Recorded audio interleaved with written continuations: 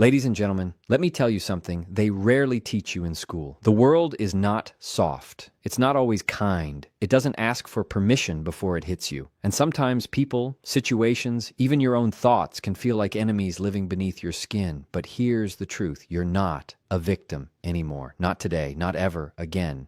Pain is the one thing we all share. It's a universal language spoken in silence, in sleepless nights, in tears no one else sees. But what separates those who stay broken from those who rise is how they respond to that pain. Too many people let it define them, trap them, and build a cage around their hearts. But here's the truth that sets you free. Pain is not your master, it's your teacher. Pain knocks on your door to deliver a message. Sometimes it whispers, sometimes it roars, but it always arrives carrying a lesson hidden inside the suffering. And that lesson is meant to shape you, not destroy you. You don't grow in comfort. You grow in challenge. Every scar is proof that you made it through something that tried to bury you. You survived what was meant to break you. And if that doesn't prove strength, nothing will. We're taught to run from pain, to avoid it, to numb it, to distract ourselves from it. But what if instead you faced it? What if you stood in the middle of the storm and said, "I'm listening. What are you trying to show me?" Because pain doesn't come to harm you. It comes to wake you up. It reminds you that something is off, something is shifting, or something needs to be released. And the moment you stop seeing pain as punishment and start seeing it as purpose, that's when transformation begins. Let's be honest. Some pain feels unbearable. The kind that steals your breath. The kind that makes you question everything you thought you knew. But that's when your soul is being stretched. That's when you discover who you truly are beneath the layers of pride, comfort, and illusion. The deeper the pain, the deeper the roots it forces you to grow. Pain builds character in a way nothing else can. You learn patience. You learn resilience. And most importantly, you learn self-worth, because when you've been broken and still choose to rise, you no longer settle for less. You don't tolerate what you once accepted. You don't beg for love, attention, or respect. You understand what you deserve because you paid for it through pain. But too many people make the mistake of staying in that pain. They replay it, rehearse it, and let it become their identity. That's the trap. You were never meant to live in it. You were meant to learn from it and move through it. There's a difference between feeling pain and becoming pain. When you become pain, you see life through the lens of what hurt you. You expect betrayal. You anticipate rejection. You build walls instead of boundaries. You don't trust happiness because you're still attached to sorrow. But when you learn from pain, you move differently. You smile deeper. You forgive faster. Not because it was okay, but because you are okay.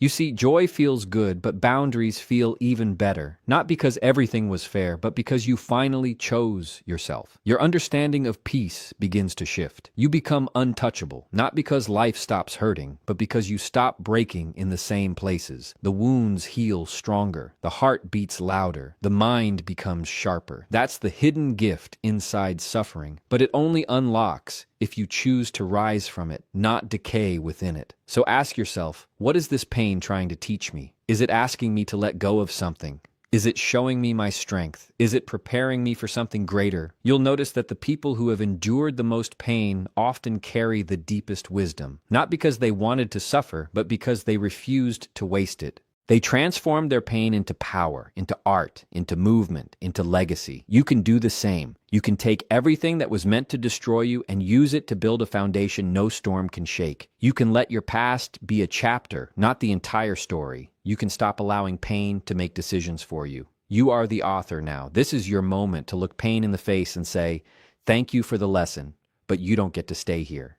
Because the truth is, pain may visit, but it doesn't get to live in you. You are not what happened to you. You are what you choose to become after it. And when you make that decision to rise, to heal, to grow, nothing can touch you the same way again. You're not fragile anymore. You're forged. You're wiser. And most importantly, you're free. There comes a time in your life when you have to stop explaining yourself to people who are committed to misunderstanding you. That time is now. And it begins with one powerful word: boundaries. Boundaries are not about being cold, selfish, or harsh. They're about finally realizing that not everyone deserves access to the deepest parts of you. Not everyone has earned the right to sit at your table. For too long, you've poured yourself into people who only showed up when they needed something. You've been the healer, the fixer, the listener, the emotional punching bag, and you wore that role like a badge of honor. You told yourself, if I love hard enough, they'll change. But they didn't. Instead, you kept shrinking, dimming your light, walking on eggshells just to make others feel comfortable. And every time you did that, you chipped away at your own self-worth. Here's the truth. Love without boundaries is not love. It's self-abandonment. When you constantly say yes to everyone else, you're saying no to yourself. That's not loyalty, that's self-neglect. And eventually, your spirit grows exhausted. You start waking up empty, feeling like your energy is being drained, wondering why you feel used. It's because you're giving people VIP access to a heart they haven't earned. You're lending out your time, your energy, and your peace to people who wouldn't do the same for you. Boundaries are how you teach people to treat you. Every time you set one, you're not pushing people away.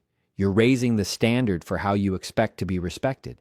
And those who genuinely care about you will honor that. They won't guilt you for needing space. They won't label you difficult for protecting your peace. They won't disappear just because you're no longer available to carry their emotional weight. But here's where it gets real. Setting boundaries is not easy, especially when you've been conditioned to be the nice one your whole life, the one who never says no, the one who sacrifices even when it hurts. That mindset doesn't come from strength. It comes from survival, from the fear that if you start choosing yourself, people will leave. And maybe they will, but let them. Because the ones who leave when you start valuing yourself were never truly there for you in the first place. They were there for the version of you that made their lives easier, the version of you that tolerated what should have never been accepted. You have to understand that your peace is expensive. It's not for sale, not to guilt, not to manipulation, not to chaos disguised as love. You have the right to protect your energy. You have the right to say, this doesn't feel right to me, and I'm walking away. You are allowed to cancel access, to block, to unfollow, to release, and to disconnect. Not to be cruel, but to be whole. And when you finally draw those lines in the sand, something powerful happens. You start to feel yourself again. Your mind becomes quieter. Your heart feels lighter. You begin to recognize your own worth without needing validation from others. You stop chasing and start attracting. Because when you respect yourself, you teach others how to respect you. When you protect your peace, you create space for the right people to enter your life. And when you choose yourself, you don't lose people. You lose what was never aligned with you in the first place. You begin breathing deeper. You start sleeping more peacefully. You begin to hear your own thoughts again because you're no longer carrying the emotional weight of people who refuse to carry their own burdens. You're no longer sacrificing your sanity just to protect someone else's comfort. You are reclaiming yourself, your time, your truth, your inner world. People will push back at first, especially those who benefited from your lack of boundaries. They'll call you selfish, distant, changed. Let them. That's simply the sound of your growth disrupting their control. Stay firm, stay clear. Because on the other side of that resistance is freedom, the kind of freedom that comes from knowing you are no longer a slave to anyone else's expectations. You don't need to be liked by everyone anymore. You only need to be respected by yourself. Remember this, boundaries don't destroy relationships. They reveal them. The moment you say, I won't tolerate this anymore, people show you exactly who they are. Some will rise to meet you, others will fall away. Both outcomes are answers, and both are necessary. So stop apologizing for protecting your heart. Stop explaining your decisions to people who only want access, not connection. Start choosing peace over pleasing. Start valuing your own voice, even if it trembles, because every time you do, you become stronger, more grounded, more complete. And in that space of clarity, no one can manipulate you. No one can use guilt or fear to pull you back into the old version of yourself because you've changed. You've drawn the line. And this time, you're not moving it. The most dangerous battles are not fought in the streets. They are fought in the mind. The enemy isn't always the person who betrayed you or the world that overlooked you. Sometimes the real enemy is that quiet voice inside your head that keeps telling you you're not good enough, that you'll never make it, that you're too damaged to heal, too late to begin again, too broken to be whole. That